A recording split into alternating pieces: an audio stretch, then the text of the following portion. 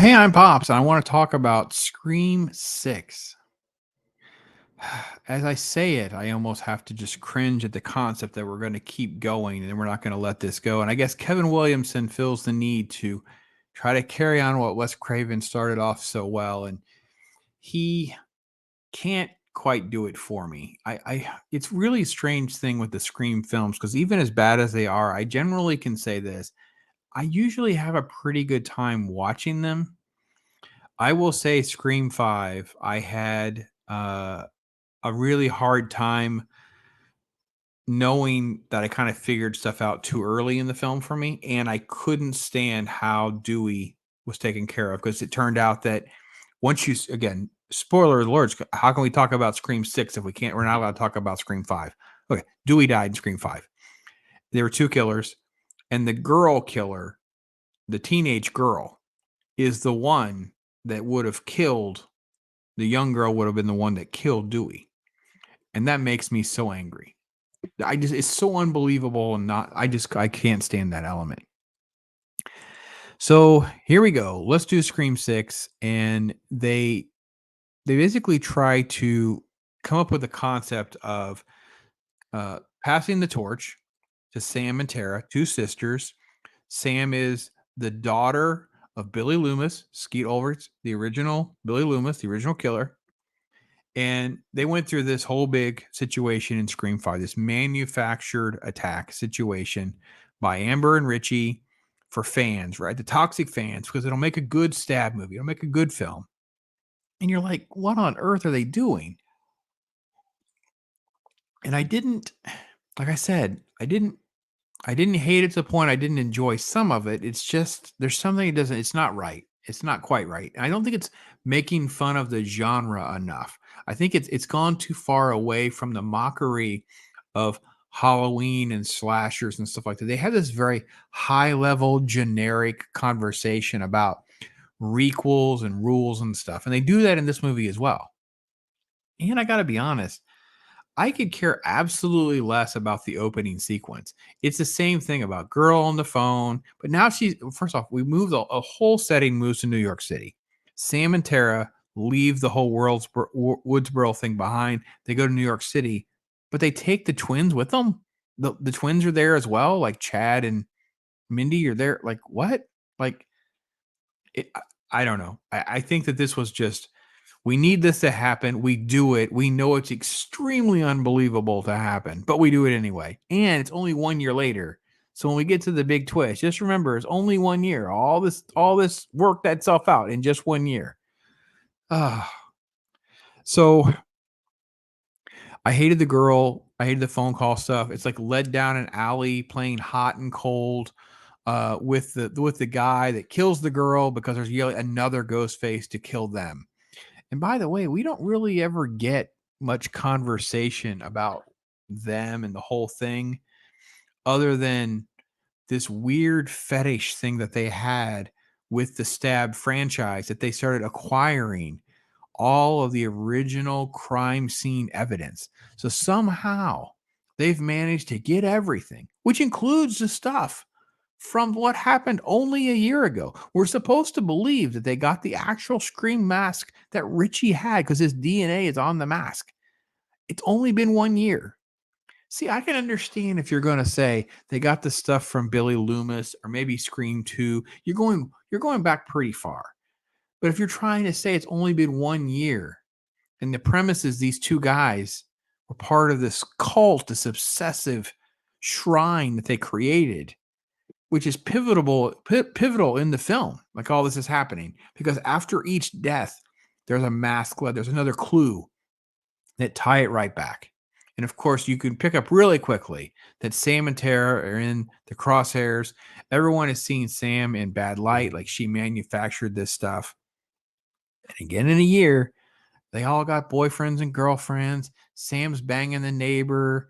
What can go wrong? That everyone's got boyfriends and girlfriends. Everyone's went through this traumatic experience where no one should be trusted. Yet, here's what we're doing. We're letting everybody back in our lives. They got significant others. They got roommates. They go out drinking. They do all these really dumb things that just take me out of what I saw with like Gail is trapped in her cycle and her addiction to being celebrity and famous. And Sydney was the one who was more like, I have to find a way to escape. I have to find a way to escape. And they keep pulling me back in. They pull me back in. The rules of the slasher genre pull her back in. And that never manifests in these new versions. It doesn't work for me at all. And they use generic tropes and they do all these silly things. Okay. And by the way, they ignore the fact they moved this to New York City, a place where there would be cameras everywhere. Not only cell phone cameras, but like closed circuit cameras, cameras on trains, things like that. Like we're supposed to ignore the fact that there would be any cameras of seeing people put on their mask, put on the cloak, or actually kill someone. Like it's just I don't know. I can't get there with this film. They're trying to do things, but there was no one in the room, as usual, no one in the room to go, but wouldn't this happen or wouldn't this be a problem or whatever? No one corrects the script. I think it's just Kevin Williamson. He's just been around a long time and no one wants to call him out. And most people are dumb or didn't read it. He just keeps moving through the system. So, as again, Gail is a publicity whore, so she wrote another book. She said she wasn't going to write a book, and they go back and forth because Sam and Tara they basically come out like Sam tries to punch her and misses, and Tara hits her, right? And it's like, well, Gail, you're afraid that if Ghostface is not in your life, you're going to fade away, right? Sam sees a therapist. The therapist gets killed. Another mask gets left. Things like that keep happening. So Mindy is the nerd. So the nerd's been swapped. If you remember Randy, now it's Mindy. Mindy's the nerd explaining the rules, but now the rules are that it's a requel.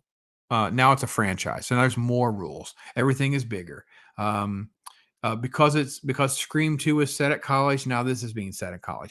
Expect the opposite. If it was the film nerds last time, now no, all of this stuff. I got to be honest, I'm not sure name dropping James Bond and Luke Skywalker about why no one is safe is going to work for me when Sydney's not there. I'm just letting you know. I mean, Sam and Tara are fine, but I'm not so attached to Sam and Tara that you're going to put them on the same conversation with your Luke Skywalker analogy. Doesn't work for me, like at all. Like at all. No, it doesn't. All right. So basically, Ghostface is maneuvering through everything. You have all the stuff that's transpiring, and you have also this crazy return of oh man, I got it right. I wrote it down. Where did I put it? There it is. Okay. Kirby. That's her name. Kirby. She's an FBI agent. So yeah, she's like 30 years old. She's in Scream 4, and now she's here. And you're like, what on earth? So I guess the story goes they wanted her back, and then she just kind of dropped off the radar screen. She wasn't acting, didn't have an agent, whatever. And they finally figured out how to get her back, and they kind of wrote her in this way. And she is by far the most shoehorned character in all this. She is not believable as an FBI agent. I don't know why it's just her and not a partner. She tries to play, well, I don't want jurisdiction and blah, blah, blah, blah, blah, blah, blah. There's nothing official about this movie. No one is doing real police or FBI work really at all. Like, don't you remember when Sydney was detained at the police officer and Ghostface calls her and she's looking around? And don't you remember those kind of moments? Because I remember those moments. We don't do that. In New York City, we don't do those things. Just so you know, the absurdity for the film gets away from us.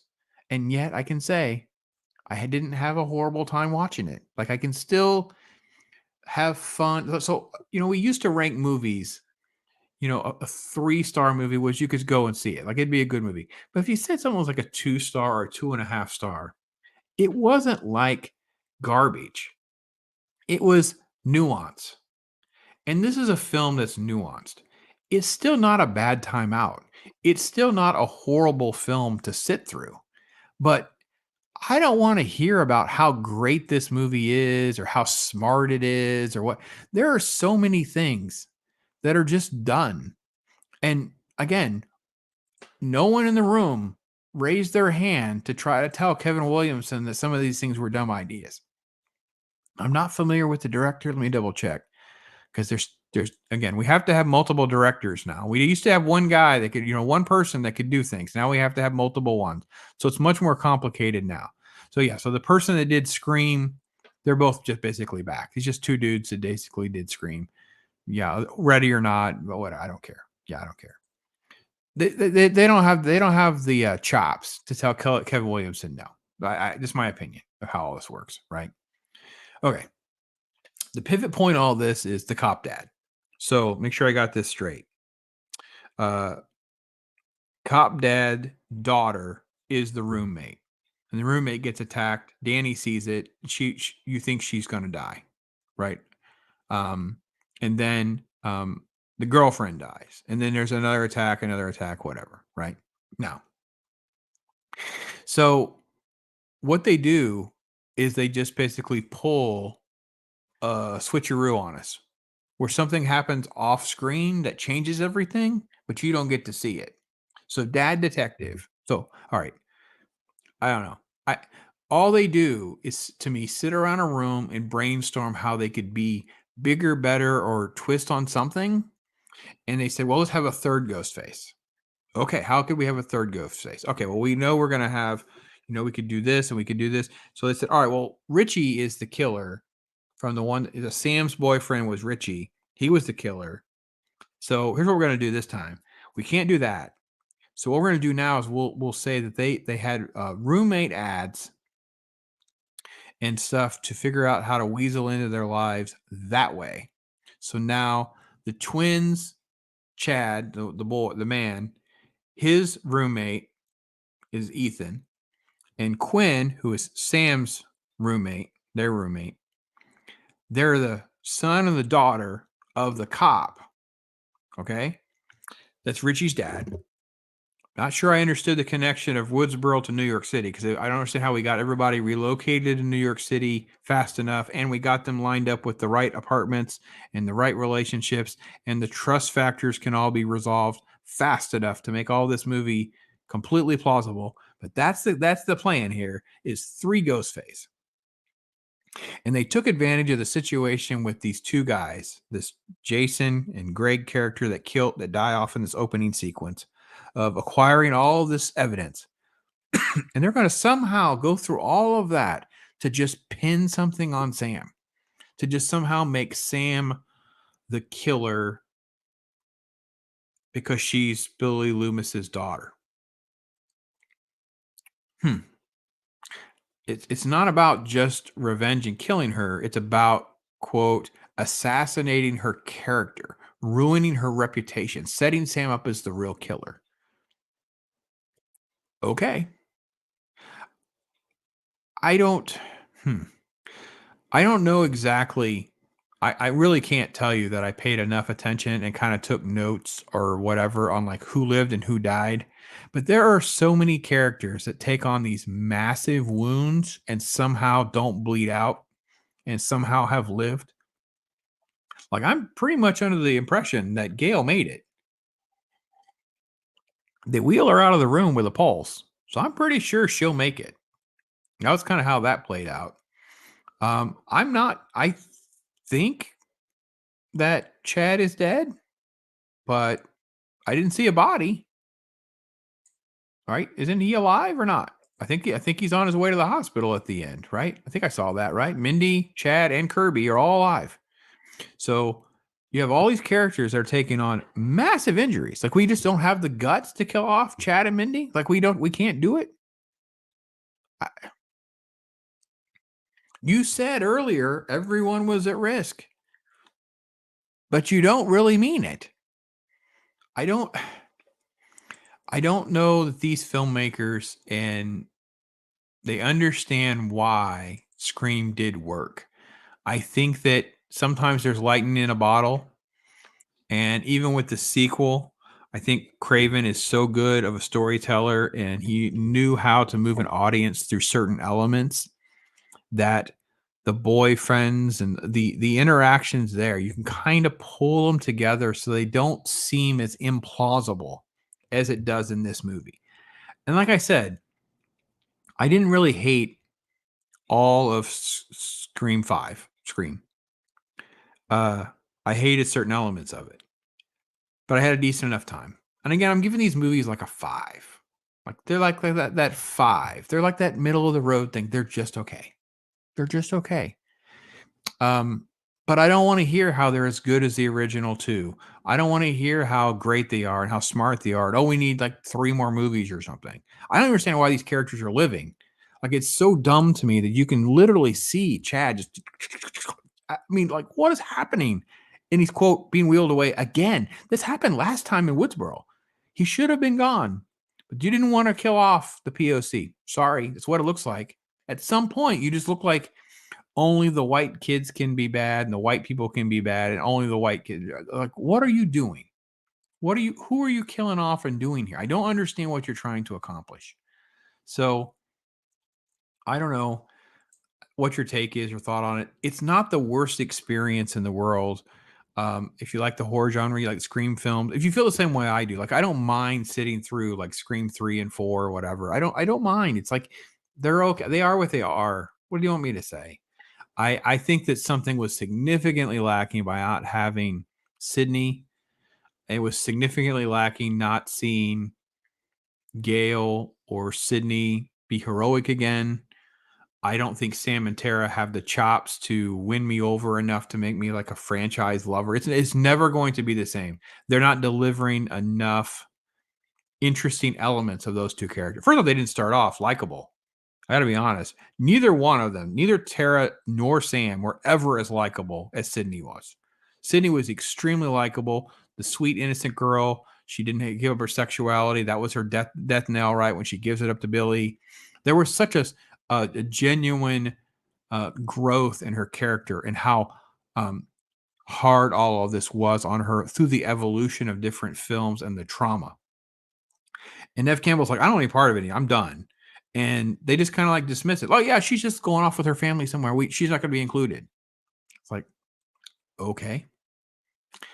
And I think a lot of that is part of where we're at. Like, I don't know how you move all this forward and do. I think it's done pretty well at the box office. So I got a feeling we'll probably end up with more. Um, but I will say it's like it's okay. I'm not gonna prop this up falsely and try to pretend that it's even better than it is because it's just not that great. It's okay. I think a 5 is a pretty fair number. I think anything above that starts to get a little crazy, a little too generous with this many plot holes. So, anyway, that's my take on it. I would love to hear you guys because I probably have a ton of people who disagree with me if that many people have gone to see this. So, anyway, tell me what you guys think. I'm Pops.